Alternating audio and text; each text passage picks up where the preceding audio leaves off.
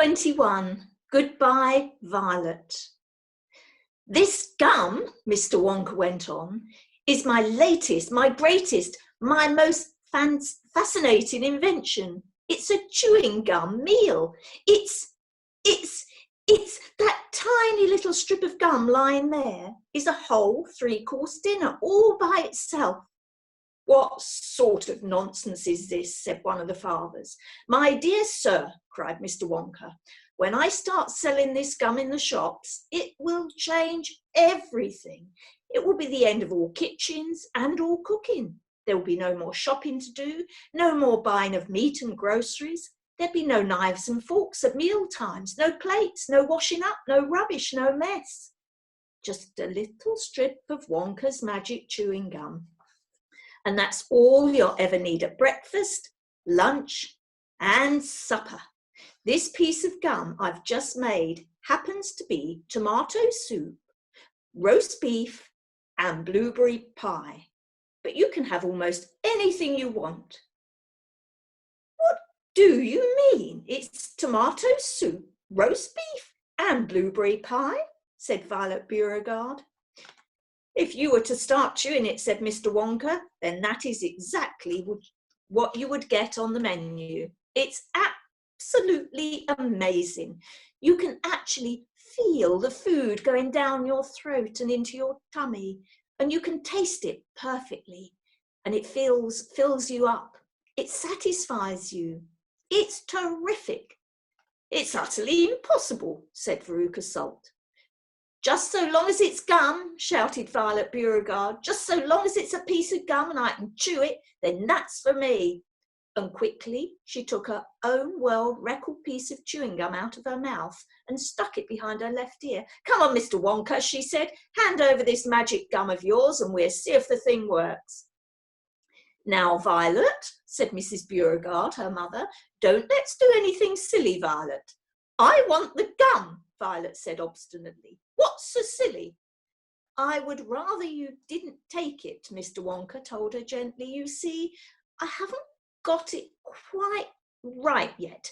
There are still 1 or 2 things. Oh, to blazes with that, said Violet.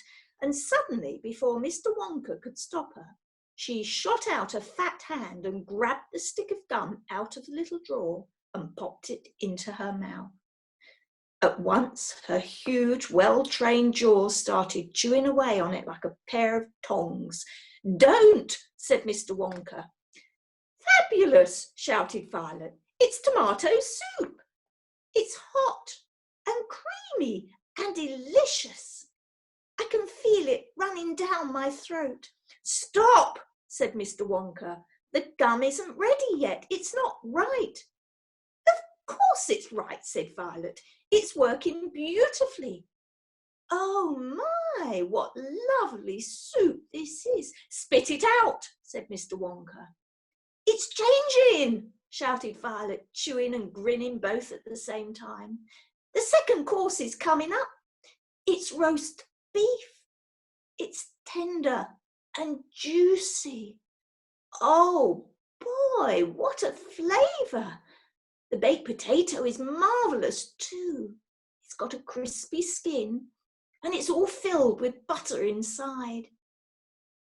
But how interesting, Violet, said Mrs. Beauregard. You are a clever girl. Keep chewing, baby, said Mr. Beauregard. Keep right on chewing. This is a great day for Beauregards. Our little girl is the first person in the world to have a chewing gum meal. Everybody was watching Violet Beauregard as she stood there chewing this extraordinary gum. Little Charlie Bucket was staring at her absolutely spellbound, watching her huge rubbery lips as they pressed and unpressed with the chewing. And Grandpa Joe stood beside him, gaping at the girl. Mr. Wonka was wringing his hands and saying, No, no, no, no, no, it isn't ready for eating. It isn't right. You mustn't do it. Blueberry pie and cream, shouted Violet. Here it comes. Oh, my, it's perfect. It's beautiful. It's It's exactly as though I'm swallowing it. It's as though I'm chewing and swallowing great big spoonfuls of the most marvellous blueberry pie in the world. Good heavens, girl, shrieked Mrs. Beauregard suddenly, staring at Violet. What's happening to your nose? Oh, be quiet, mother, and let me finish, said Violet. It's turning blue, screamed Mrs. Beauregard. Your nose is turning blue as a blueberry. Your mother is right, shouted Mr. Beauregard. Your whole nose has gone purple. What do you mean, said Violet, still chewing away. Your cheeks, screamed Mrs. Beauregard. They're turning blue as well. So is your chin. Your whole face is turning blue. Spit that gum out at once, ordered Mr. Beauregard. Mercy save us, yelled Mrs. Beauregard. The girl's going blue and purple all over. Even her hair is changing colour. Violet, you're turning violet. What is happening to you? I told you I hadn't got it quite right, sighed Mr. Wonka, shaking his head sadly. I say you haven't, cried Mrs. Beauregard. Just look at the girl now. Everybody was staring at Violet. And what a terrible, peculiar sight she was. Her face and hands and legs and neck, in fact the skin all over her body, as well as a great big mop of curly hair, had turned a brilliant purplish blue, the colour of blueberry juice. It always goes wrong when we come to the dessert, sighed Mr. Wonka. It's the blueberry pie that does it, but I'll get it right one day. You wait and see. Violet, screamed Mrs. Beauregard. You're swelling up. I feel sick, Violet said. You're swelling up, screamed Mrs. Beauregard again. I feel most peculiar, gasped Violet. I'm not surprised, said Mr. Beauregard. Great heavens, girl, screeched Mrs. Beauregard. You're blowing up like a balloon. Like a blueberry, said Mr. Wonka. Call a doctor, shouted Mr. Beauregard. Prick her with a pin, said one of the other fathers. Save her, cried Mrs. Beauregard, wringing her hands. But there was no saving her now. Her body was swelling up and changing shape at such a rate that within a minute it had turned into nothing less than an enormous round blue ball. A gigantic blueberry, in fact. And all that remained of Violet Beauregard herself was a tiny pair of legs and a tiny pair of arms sticking out of the great round fruit and little head on top. It always happens like that, sighed Mr. Wonka. I've tried it 20 times in the testing room on 20 Oompa Loompas, and every one of them finished up as a blueberry. It's most annoying. I just can't understand it. But I don't want a blueberry for a daughter, yelled Mrs. Beauregard. Put her back to what she was this instant. Mr. Wonka clicked his fingers, and 10 Oompa Loompas appeared immediately at his side. Roll Miss Beauregard into the boat, he said to them, and take her along to the juicing room at once. The juicing room, cried Mrs. Beauregard. What are they going to do to her there? Squeeze her, said Mr. Wonka. We've got to squeeze the juice out of her immediately. After that, we'll just have to see how she comes out. But don't worry, my dear Mrs. Beauregard. We'll get her repaired if it's the last thing we do. I am sorry about it all. I really am. Already the 10 Oompa Loompas were rolling the enormous blueberry across the floor of the inventing room towards a door that led to the chocolate river where the boat was waiting. Mr. and Mrs. Beauregard hurried after them. The rest of the party, including little Charlie Bucket and Grandpa Joe, stood absolutely still and watched them go. Listen, whispered Charlie. Listen, Grandpa. The Oompa Loompas in the boat outside are starting to sing. The voices, 100 of them singing together, came loud and clear into the room. Dear friends, we surely all agree there's almost nothing worse to see than some repulsive little bum who always chewing gum. It's very near as bad as those who sit around and pick the nose. So please believe us when we say that chewing gum will never pay. This sticky habit's bound to send the chewer to a sticky end. Did any of you ever know a person called Miss Bigelow? This dreadful woman saw no wrong in chewing all day long. She chewed while bathing in the tub. She chewed while dancing at her club.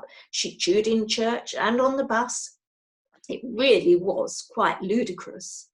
And when she couldn't find her gum, she'd chew up the linoleum or anything that happened near a pair of boots, a postman's ear, or other people's underclothes. And once she chewed her boyfriend's nose. She went on chewing till at last her chewing muscles grew so vast that from her face her giant chin stuck out just like a violin. For years and years she chewed away, consuming 50 bits a day, until one summer's eve, alas, a horrid business came to pass. Miss Bigelow went late to bed. For half an hour she lay and read, chewing and chewing all the while, like some great clockwork crocodile. At last she put her gum away upon a special little tray and settled back and went to sleep. She managed this by counting sheep. But now, how strange, although she slept, those massive jaws of hers still kept on chewing through the night, even with nothing there to bite. They were, you see, in such a groove, they positively had to move. And very grim it was to hear, in pitchy darkness, loud and clear, this sleeping woman's great big trap opening and shutting, snap, snap, snap, faster and faster, chop, chop, chop. The noise went on, it wouldn't stop, until at last her jaws decide to pause and open extra wide. And with the most tremendous chew, they bit the lady's tongue in two. Thereafter, just from chewing gum, Miss Bigelow was always dumb, and spent her life shut in some disgusting sanatorium, and that is why we try so hard to save Miss Violet Beauregard from suffering an equal fate. She's still quite young. It's not too late, provided she survives a cure. We hope she does. We can't be sure. Chapter 22, Along the Corridor. Well, well, well, sighed Mr. Willy Wonka. 2 naughty little children gone, 3 good little children left. I think we'd better get out of this room quickly before we lose anyone else. But Mr. Wonka, said Charlie Bucket anxiously, will Violet Beauregard ever be all right again? Or will she always be a blueberry? Oh, they'll dejuice her in no time flat, declared Mr. Wonka. They'll roll her into the dejuicing machine and she'll come out just as thin as a whistle. But will she still be blue all over? Asked Charlie. She'll be purple, cried Mr. Wonka. A fine, rich purple from head to toe. But there you are. That's what comes from chewing disgusting gum all day long. If you think gum is so disgusting, said Mike Teavee, then why do you make it in your factory? I do wish you wouldn't mumble, said Mr. Wonka. I can't hear a word you're saying. Come on, off we go. Hurry up, follow me. We're going into the corridors again. And so saying, Mr. Wonka scuttled across to the far end of the inventing room and went out through a small secret door, hidden behind a lot of pipes and stoves. The 3 remaining children, Veruca Salt, Mike Teavee and Charlie Bucket, together with the 5 remaining grown-ups, followed after him. Charlie Bucket saw that they were now back in one of those long pink corridors with many other pink corridors leading out of it. Mr. Wonka was rushing along in front, turning left and right and left, and Grandpa Joe was saying, Keep a good hold of my hand, Charlie. It would be terrible to get lost in here. Mr. Wonka was saying, no time for any more messing about. We'll never get anywhere at the rate we've been going. And on he rushed down the endless pink corridors with his black top hat perched on the top of his head and his plum-coloured velvet coat tails flying out behind him like a flag in the wind. They passed a door in the wall. No time to go in, shouted Mr. Wonka. Press on, press on. They passed another door, then another and another. There were doors every 20 paces or so along the corridor now, and they all had something written on them, and strange clanking noises were coming from behind several of them, and delicious smells came wafting through the keyholes, and sometimes little jets of coloured steam shot out from the cracks underneath. Grandpa Joe and Charlie were half running and half walking to keep up with Mr. Wonka, but they were able to read what it said on quite a few of the doors as they hurried by. Eatable marshmallow pillows, it said on one. Marshmallow pillows are terrific, shouted Mr. Wonka as he dashed by. There'll be all the rage when I get them into the shops. No time to go in, though. No time to go in. Lickable wallpaper for nurseries, it said on the next door. Lovely stuff, lickable wallpaper, cried Mr. Wonka, rushing past. It has pictures of fruits on it. Bananas, apples, oranges, grapes, pineapples, strawberries and snozzberries. Snozzberries, said Mike TV. Don't interrupt, said Mr. Wonka. The wallpaper has pictures of all these fruits printed on it. And when you lick the picture of a banana, it tastes of banana. When you lick a strawberry, it tastes of strawberry. And when you lick a snozzberry, it tastes just exactly like a snozzberry. But what does a snozzberry taste like? You're murmuring again, said Mr. Wonka. Speak louder next time. On we go. Hurry up. Hot ice creams for cold days, it said on the next door. Extremely useful in the winter, said Mr. Wonka, rushing on. Hot ice cream warms you up no end in freezing weather. I also make hot ice cubes for putting in hot drinks. Hot ice cubes make hot drinks hotter. Cows that give chocolate milk, it said on the next door. Ah, my pretty little cows, cried Mr. Wonka. How I love those cows. But why can't we see them? Asked Veruca Salt. Why do we have to go rushing on past all these lovely rooms?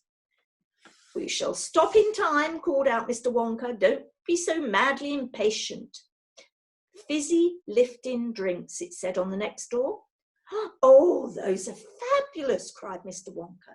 They fill you with bubbles, and the bubbles are full of a special kind of gas, and this gas is so terrifically lifting that it lifts you right off the ground, just like a balloon, and up you go until your head hits the ceiling, and there you stay. But how do you come down again? Asked little Charlie. You do a burp, of course, said Mr. Wonka. You do a great, big, long, rude burp, and up comes the gas and down comes you. But don't drink it outdoors. There's no knowing how high up you'll be carried if you do that. I gave some to an old Oompa Loompa once, out in the backyard, and he went up and disappeared out of sight. It was very sad. I never saw him again. He should have burped, Charlie said. Of course he should have burped, said Mr. Wonka. I stood there shouting, burp, you silly ass, burp, or you'll never come down again. But he didn't, or couldn't, or wouldn't. I don't know which.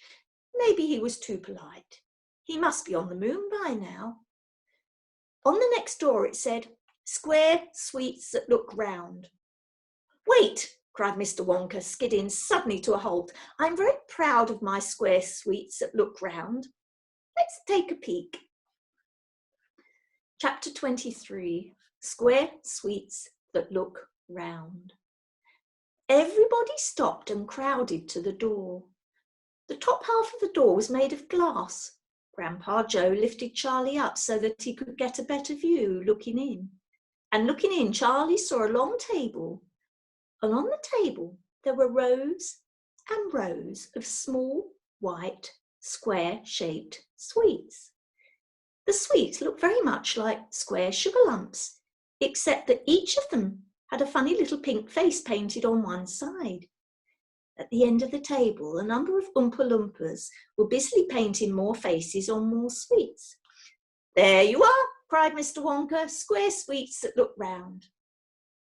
"They don't look round to me," said Mike TV. "They look square," said Veruca Salt. "They look completely square." "But they are square," said Mr. Wonka. "I never said they weren't." "You said they were round," said Veruca Salt. "I never said anything of the sort," said Mr. Wonka. "I said they looked round." "But they don't look round," said Veruca Salt. "They look square." "They look round," insisted Mr. Wonka. "They most certainly do not look round," cried Veruca Salt. "Veruca, darling," said Mrs. Salt, "pay no attention to Mr. Wonka. He's lying to you." "My dear old fish," said Mr. Wonka, "go and boil your head." "How dare you speak to me like that?" shouted Mrs. Salt. "Oh, do shut up," said Mr. Wonka. "Now watch this." He took a key from his pocket and unlocked the door and flung it open. And suddenly, at the sound of the door opening, all the rows of little square sweets looked quickly round to see who was coming in.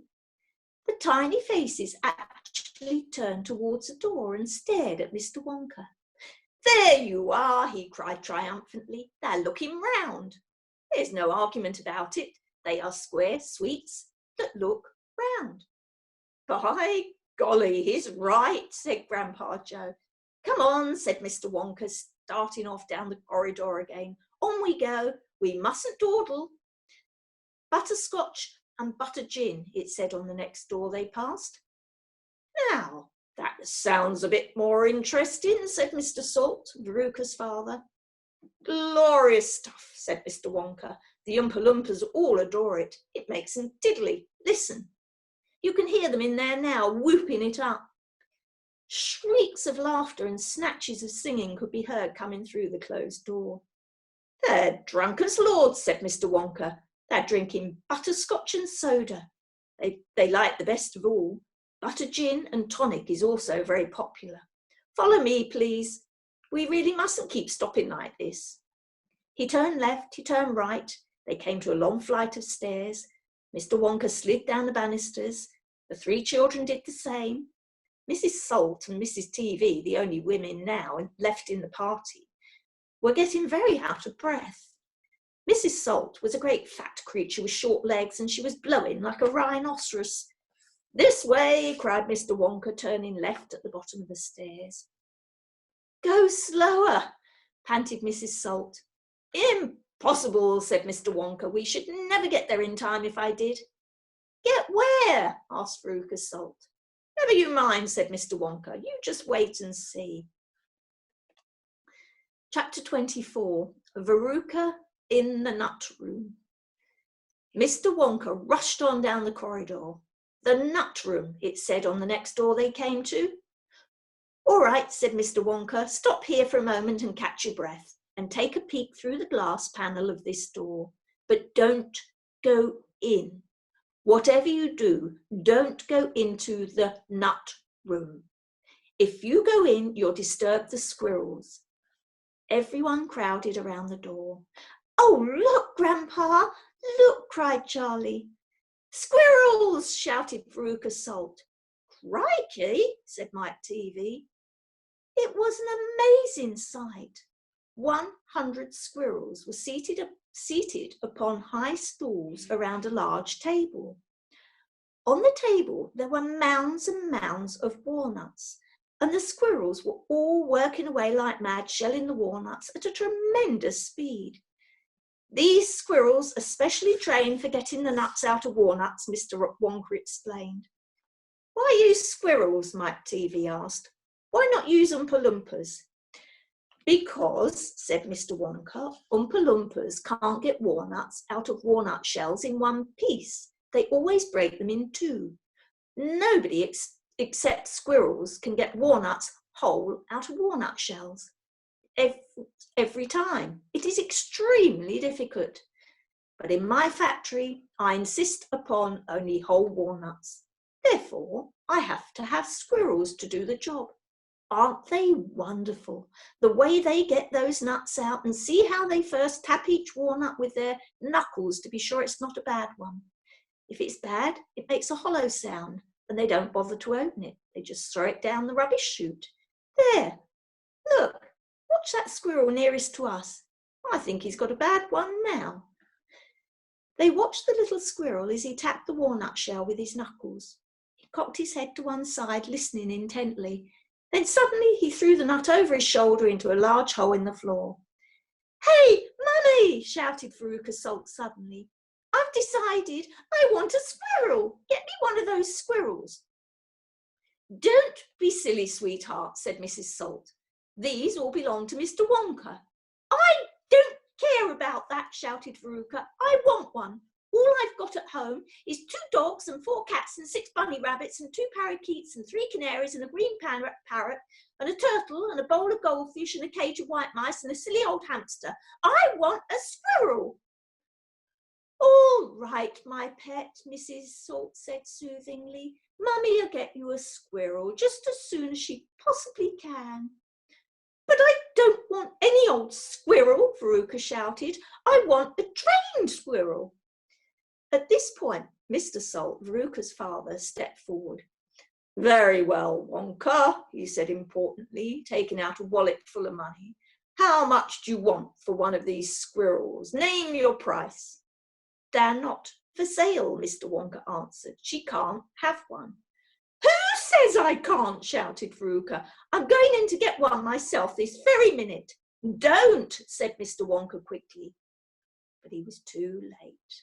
The girl had already thrown open the door and rushed in. And that's where I'm going to leave it.